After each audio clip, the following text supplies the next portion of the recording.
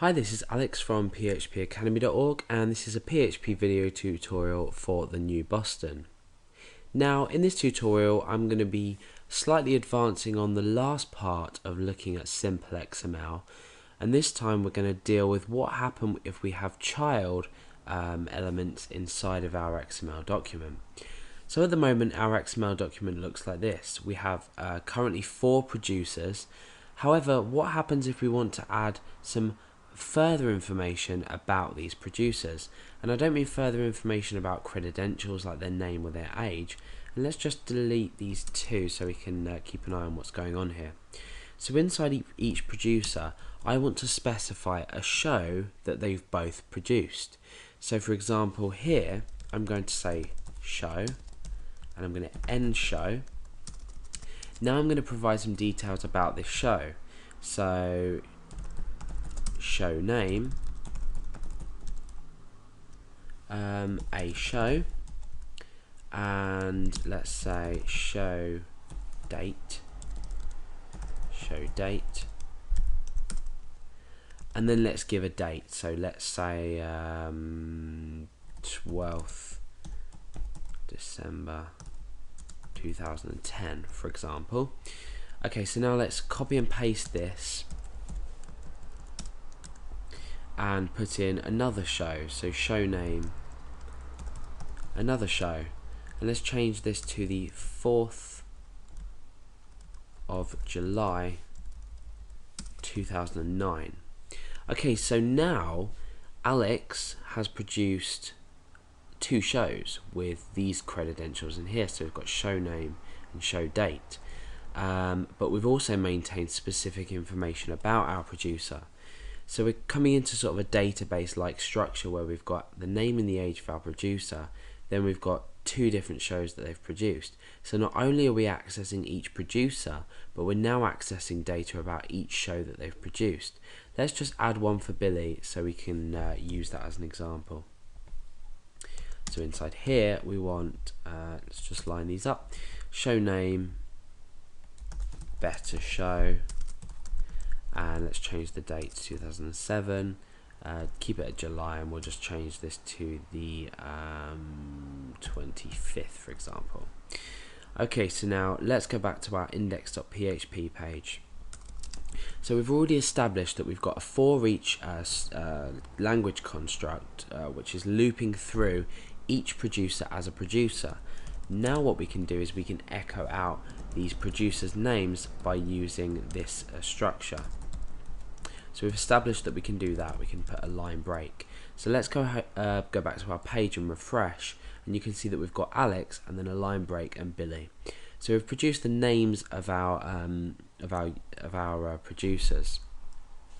Now what we could even do is incorporate the age. So let's create some brackets here, and then inside the brackets I want to put their age. So producer age.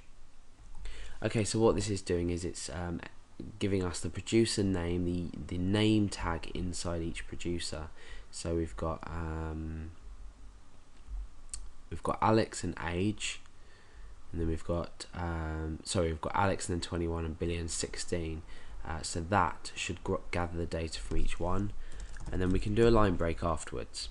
So let's refresh and see if that's worked. Okay, yeah, so we've now got the age in brackets. Let's put just a space in there to make sure that's neat. So now underneath, what happens if I want to list each show? Now you might think that we could just say echo producer. Let's go back to our XML document, see what we've got. Then we could say show, and then we could say show name. Well, absolutely, let's refresh and you can see a show under Alex. However, what this has done is it's, let's put a line break so we can see what we're doing properly. However, we're only showing one show for Alex and one show for Billy. Now Billy does have one show, that's correct.